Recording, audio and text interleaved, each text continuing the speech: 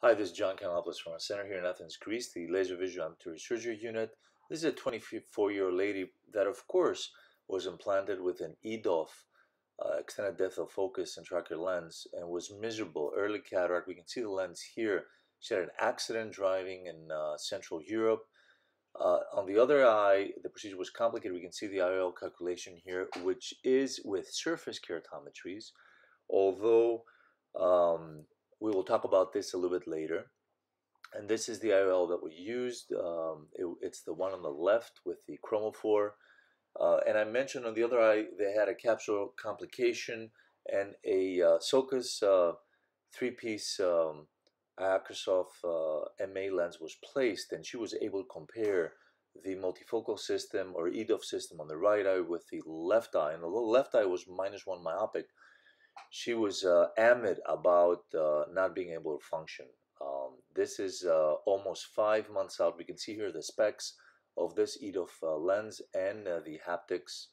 And on careful review, number one, this lady has mild keratoconus. We can see how irregular her cornea pachymetry is, and that's why I mentioned before that in these patients, keratometry has to be calculated not with our interferometer, but with total corneal data, because the posterior cornea surface is not normal. So the anterior surface keratometry is not necessarily keratometry of the cornea.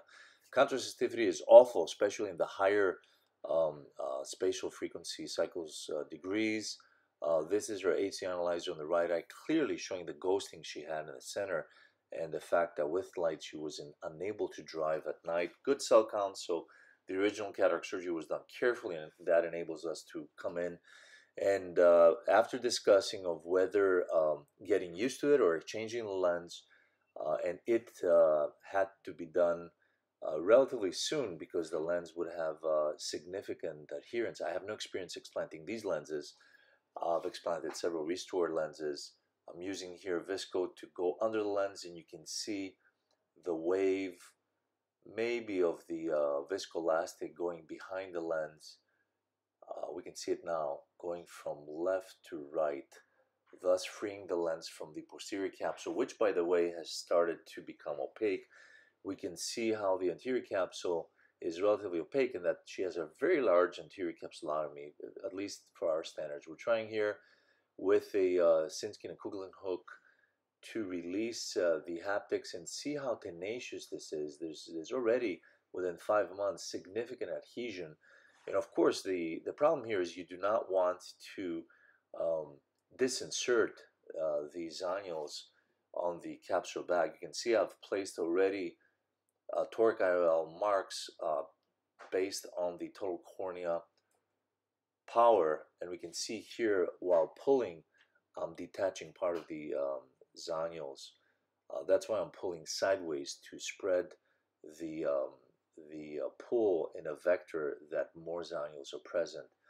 With a lot of back and forth, I'm able to release the two haptics that we're seeing here on our left.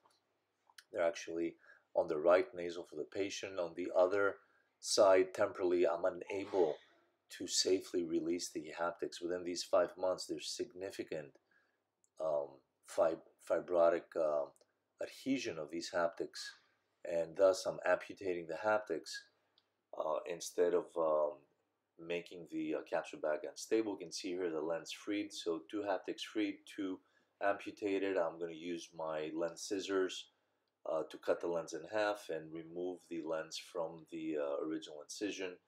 And then I'm going to evaluate the capsule bag for its ability for me to use my favorite toric acrysof, the IOL, a spheric IOL. So all lenses out.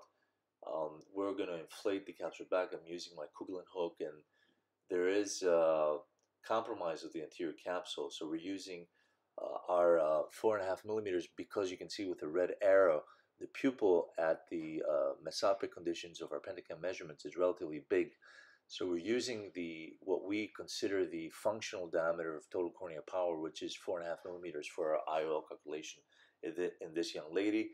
And since I cannot use a lens in the bag, I'm going to go with an MA lens in the sulcus. I'm adjusting my incision to go towards with the rule of astigmatism and use the incision as a way to reduce the slight astigmatism that she had, And here very carefully, after placing viscoelastic between the anterior capsule and the iris, I'm going to place the first haptic in, and then with my Kuglen hook and a toothless forceps, again the trailing haptic between the iris and the anterior capsule. Orient the lens, as you can see here, so the haptics are not sitting on the left behind haptics, and obviously meiosis with acetylcholine and a mattress tenonylon suture to make sure next day our patient is 20/25 plus and she can already enjoy good quality vision despite the fact that she has an opaque capsule, and soon later we'll do a posterior YAG capsulotomy. So EDOF lenses, a big question whether they're help, they're not help. This was a case that we had to take it out, so food for thought. Thanks so much. This is John Kanellopoulos signing out.